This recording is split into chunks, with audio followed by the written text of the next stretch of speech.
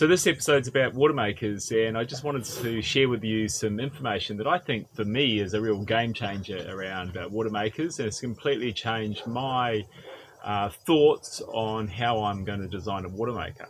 And putting a watermaker on the boat's one of those items that is part of our getting the boat ready and getting ourselves ready to sail oceans. And so a watermaker is reasonably essential when you're going to spend long times at sea, but it's still great in these places. Even though there's lots of water around the Greek islands, it's great to be able to make your own water and have that extra degree of freedom. Yeah, because for us to fill up, it's a pain. We've got to come to a dock. We've got to find a space in the dock. You might have to go to a marina. It'll be lovely just to be completely independent. Yeah, or we come to a place like this and we get a dock and it's got no water. All this is part of our development of the boat, and that started in Tunisia when we put the solar panels and the lithium batteries on board, and that's given us a lot more power. And then the next project is for us to put an inverter in, and that's going to give us 230 volts power, and then we can run some appliances. Because at the moment we can't run anything that plugs into the wall, so we can't run a blender to make hummus. Don't have a hairdryer, obviously. Yeah, but it also allows us to get on with some other projects. So do you want to take us downstairs and we'll look at the other things that we think we can do with all this extra power that we now have? Yeah. So once we have power, we would like to have some electric cooking. At the moment, we have gas cooking. We have a 2-burner gas hob and we have a gas oven. Obviously, gas relies on gas bottles. We have 2, so when one runs out, we have to make sure that we fill up within 2 weeks. Like maybe we get 2.5 weeks out of a gas bottle. We want to move away from that. All over the world, we can't get our gas bottles filled. We go to electric. We would like an induction cooktop, which will be very small here. We still have an oven. If we were to do away with the oven, we could put in this space here, we could put a convection microwave air fryer combo unit. I hope we can get one to fit, which would fit in here. So in this space here, we think this is a false wall. We're pretty sure that it's lined all the way, because in a new boat, we could have ordered a microwave to fit in this spot. There's power already here, and there's space back there. So all we would lose is a couple of shelves, and we can put that unit in there. So what are we going to put down here when we free up all this is a space for our washing machine. We don't have a washing machine on board. I hand wash everything, which is okay. It's okay in summer when our clothes are small. It's a bit harder in winter. And it's hard for big things like sheets. So it'll be awesome to... Oh, look what we've got our gimbal on. It'll be awesome to have a washing machine here. For a washing machine, we not only need power, but we need a watermaker. Once we have the inverter for power and we have a watermaker, we can have hot water. At the moment, we only have hot water when we've been running the motor. So all of this is going to allow us to have hot showers even when we haven't got the motor running. So we're really excited. Step by step, we're getting along to make this boat ocean ready. So let's talk a little bit about watermakers and what is a watermaker, because some of you might not know. So a watermaker allows you to take seawater and from that make fresh water. So it's a pretty simple process. It's called reverse osmosis. So let me just take you quickly through what is the parts of a watermaker. So really the first stage of the watermaker is getting the seawater. So we bring the seawater up through an existing through hole in the boat. I think we're going to probably use the valve that provides seawater to the toilet as well for flushing. And we bring that up through a strainer, which just really gets rid of the big bits that would foul a pump. And then we go into what is a low pressure pump. And the purpose of the low pressure pump is really just to provide flow of water through the system. From there, we take the water through some filters, sometimes one, most people use 2. So like a 20 micron filter and a 5 micron filter. That now gives us nice, clean seawater for the reverse osmosis process. And this is where the magic starts to happen. So the first thing is a high pressure pump. The purpose of the high pressure pump is to force the water, or the fresh water actually, out of the seawater. And it does this through what's called a reverse osmosis membrane. So the water goes into this container, and what we do is we crank the pressure up all the way up to 800 psi, and that pushes the fresh water through the membrane. Now, you only get about 20% of the volume through as fresh water, so you've got to keep running it through. So out the back end of the membrane, we have both what's now a more concentrated seawater we call brine, comes out and goes overboard. We have that beautiful fresh water, which we can then put into our tanks. So that's the process of making fresh water from seawater.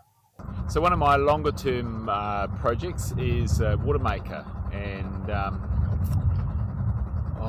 there's some really good information. I want to build one myself, mainly because I'm tight, but also because I want to be able to repair it anywhere we go. So I want to sort of make sure I've got parts that I can source and maintain the unit myself. So I've joined the DIY Watermaker group on Facebook, and there seems to be a pretty standard sort of build. The other day, Jude and I were having dinner with Keith and Donna. They're subscribers of ours. We met them here in Malta, and they've been full-time liveaboards for a few years. And Keith's got a slightly different design of his watermaker. So I'm going to pop by, and he's just going to run me through his design, and I think you'll find it interesting.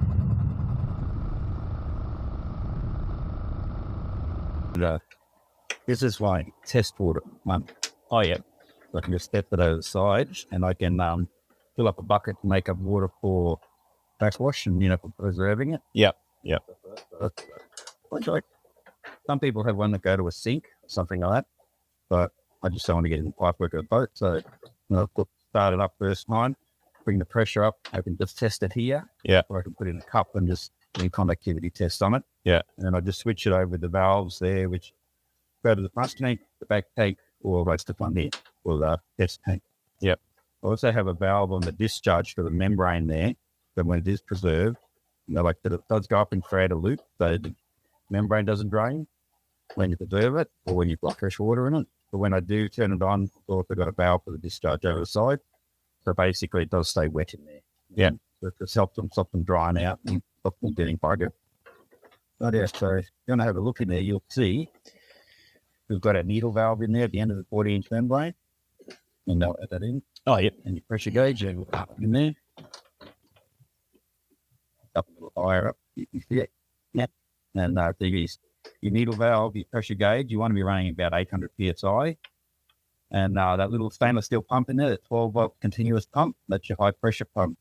It's rated to 1,200 psi, but you need to run at about 800 psi. That's a continuous drive motor. That's a cam drive, high pressure stainless steel pump. Weighs about 2 kilos.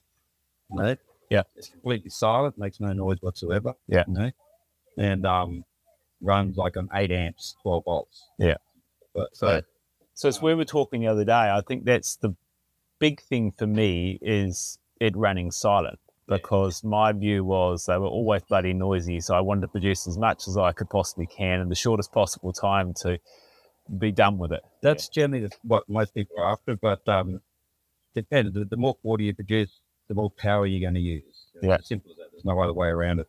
That pump draws about 8.5 amps. Yeah. And we make around about 15 litres an hour of water through there. Yeah. So the flow rate through there is about 8 to 10 litres a minute. Yeah. And that's through the membrane. And at 800 psi. Yeah. So our priming pump is a centrifuge pump, which is magnetic drive, so it can run 24 hours, same as what they use on a air conditioning type unit, marine air conditioning, but it's 12 volt as well. It draws 2.5 amps. Right. So this whole system can run off about 120 watt solar panel. Yeah. So basically it does come up from the bilge, which have a look at that minutes. It's got a strainer on it, comes up through here, you've got a pre-filter on it. It's heated down the bottom down there. You don't need any more than one pre-filter. If you're cleaning water and relatively clean water, that's a 5 micron, just standard paper, 5 micron pre-filter. Right. The other valve on there that you can see that goes away before the pre-filter, that just goes to your freshwater tank. If your freshwater tank doesn't have chlorine in it and everything like that, you can backwash it with the fresh water in your tank. Right.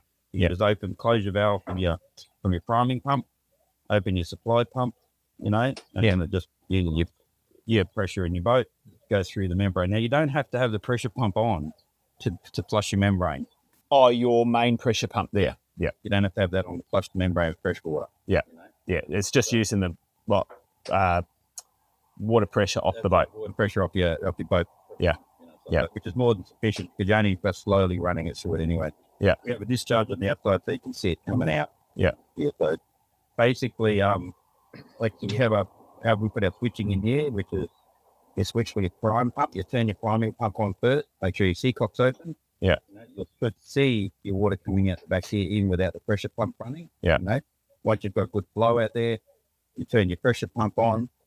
You'll hear a slight humming sound. It's very, very quiet. You actually probably got your hand up running. Yeah. And then basically slowly wind up the pressure to 800 psi. Never wind the pressure up too fast. Always wind it up very, very slowly. Yeah. You get up there and then just watch it for the first minute or so to make sure it's stable. Yeah. There's going to be a slight pressure difference as it pushes fresh water out, creates salt water in there. So just watch it for the first minute or two. And then basically I grab my sample point and just check that there's water coming out, and it's basically fresh water pumping battery or TDS. You have a TDS less than 600 in there. Yeah. So get a TDS down to around 600 or less. Ideally, we can getting it down to around about 180, 200, 15 litres an hour. Yeah. And then once that's down to that, I just open one of the valves to the forward tank or the back tank, whatever it needs to close the other one.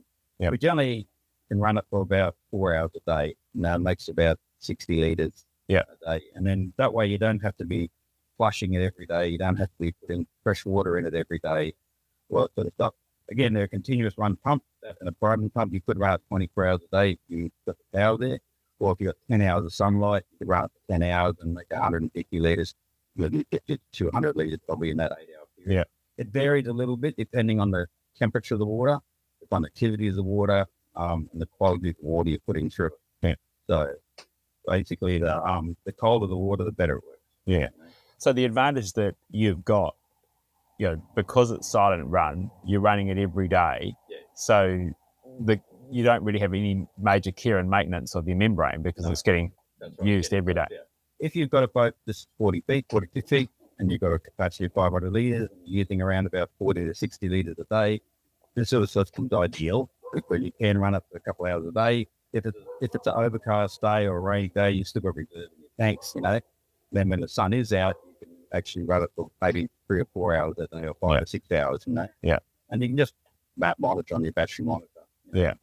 But yeah, when it's fully running, it varies between 10 and 11 amps. Yeah. That'll actually use in power 12 volts. Yeah. So it's a simple system. You can buy that pump from Amazon. Stuff that'll give you the details. We'll send you the details of the pumps and everything like that. Yep. They're all stainless steel, 316, pressure grade. It's a can drive. It's not a piston drive. Like pressure pumps. So there's basically no moving parts in there, just one single can that runs around. Yep. And stuff like that. So most of the other stuff, like the needle valve, you can buy all that sort of stuff online. The pressure gauge, you can get buy online or from a hydraulic place. Just make sure you get one with stainless steel. There are steel ones and stainless steel ones. Yeah. Buy the stainless steel one. 40-inch membranes are pretty easy to come by. 40-inch housings are pretty hard to use. I would go 40-inch, 2.5-inch because they're common. They're easy to get the membranes. They're probably the cheapest membranes to get as well, and you can get them live as well. Yeah. So that membrane runs from there, it goes into that lazarette, sticks through the lazarette at the other end, so the pressure end is in the other end. Right. So we could have perfect hydraulics make up the high pressure from that pump in the membrane. It's all half-inch DSV fittings, so it's all pretty standard fittings you can buy from most marine shops. So this is a simple system. It doesn't have an automatic backwash. No, I think it's got manually backwash, but you could adapt an automatic backwash onto it if you really wanted to go down that track. Yeah.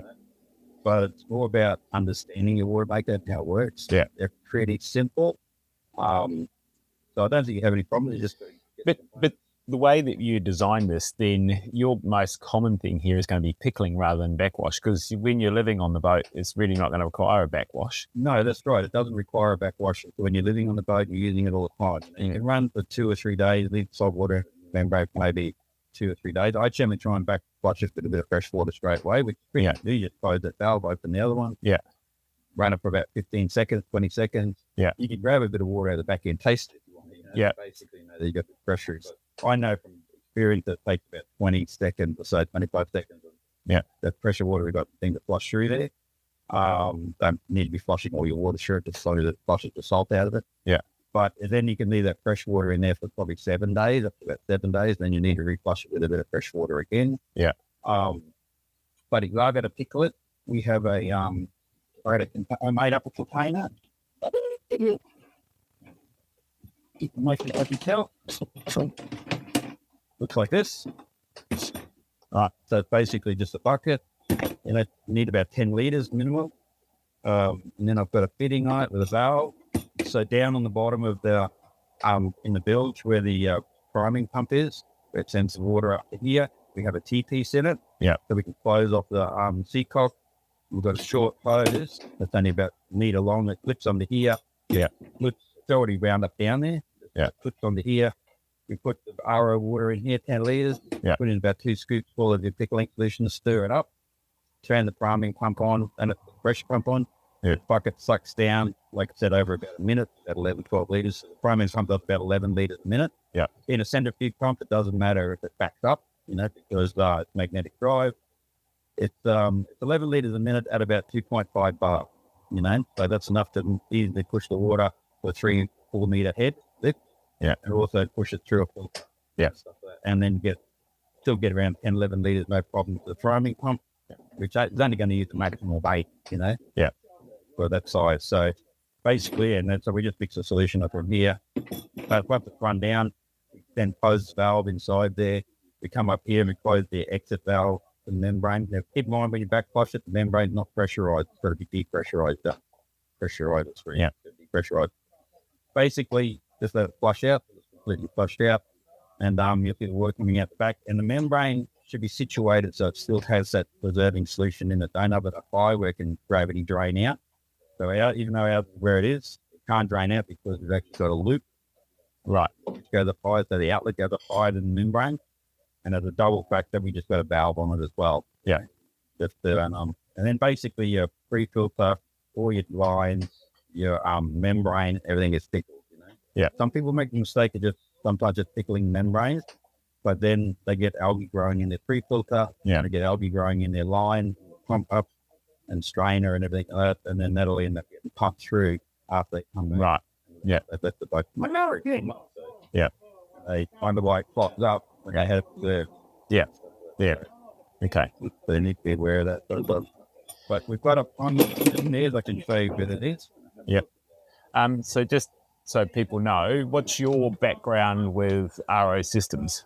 I used to own a water treatment company. Yeah. Specialized water treatment company. We used to do everything from cooling towers to boilers to biologicals, building and installing RO units and everything like that. Everything from large mining companies to power stations, right through to some of the units in hospitals for dialysis machines and everything like that. So, we would do all different types, and all different types of brands, probably up to about 30 different brands, Yeah. But it's all based on the same principle. We've got a high pressure pump pushing water through a membrane, PSI to separate the fresh water out. So if you work on those principles, you should be able to build a system. Stuff like that. Most off-the-shelf systems are using exactly the same principle. Some are better than others. Some of the quality is better, some of the pumps are better. I'm not saying one's better than others. I've seen some cheaper brands that are better than some of the dearer brands. But what you got to remember is you'll always, no matter how much water you want to make, you're going to use more power. If you want to make 200 litres, you're going to use maybe a 240 volt system. If you want to make 60 litres, you can probably get away with a 12 volt system that'll do up to 60 to 80 litres. But you're probably going to use 60 to 80 amps electricity to do 12 volts, There is some units there that use power recovery, which do better than that. Sometimes up to 30, 40% better than that, but those units can be quite expensive. I'm not saying there's anything wrong with those units, they're very good, Right. But basically, if you want to build a sort of lower cost one, if your budget's a little bit less, you can build a unit like this relatively cheap. Yeah. This one we probably built for around about, in euros, 2,000 euros all up, with all the fittings, all the connections, the pumps, priming pumps, the membranes, the tip needle valves, the whole lot, So it's pretty bulletproof. Yeah. So that pump we're running in there, I'll send the details up with that pump. is designed to run like 24 hours a day, 7 days a week. It does, without any, it doesn't get hot, it doesn't create any heat, doesn't create any noise. Yeah. Cool. It's a bit complicated looking down the floor down here, but only because we have a pump out here for our washing machine. But basically, this is your priming pump comes in from your seawater, comes in, goes through a small strainer. This was the Teague valve I was telling you about that's got a hose on it. Right. That we can put our pickling solution into. So we can close the C valve, open this valve here. Your priming pump here will then suck that water out of the drum and through the whole membrane system. Right. This is our 12 volts and centrifuge priming pump. It looks tiny, but it's a high quality pump. I'll get to the details. Basically, it comes in here. This does 11 litres a minute. Again, a 3 to 4 metre head. It isn't self-priming, so you do have to put it below the water line, right? But once it's primed, it's fine. Right, so it comes in here. It's all half-inch hose. But this pump uses, like I said, 2.5 amps an hour, stuff like that. And it runs completely cold because there's water passing through it. There's no brushes in here. It's magnetic drive, so it can go basically 24 hours a day, 7 days a week if it needs to. Yeah. They were originally designed to pump water through 12-volt air conditioning systems, like Cruise Air and it's like that. So this pump, Aussie dollars, was about $280. Right. So we just made a bracket up here for it to sit on. And so that's basically all that's down here. We just leave the valve closed when we're not using it, just for safety's sake. But other than that, that's all there is. This is the one that goes up to the pre-filter. And again, then through the pre-filter into the pressure pump, you wind your pressure up to 800 psi, separates out, your brine goes over the side, fresh water goes to your tanks. Yep. Most of these fittings you can get from your chandlery store, We tend to use 316 stainless, primarily because with you putting fresh water and salt water together when you're washing and cleaning and everything, I find with brass fittings that they will tend to corrode because you're using two different types of water in there. So the salt goes in, the fresh goes in. So what happens when the salt goes through there, the brass tends to create a green coating over itself, the oxidization to protect itself. And then when you put the fresh water through, sometimes that starts to strip it off, right, putting it back on. So you can get a little bit of contamination in your water. But in here, I've got one more thing to look at.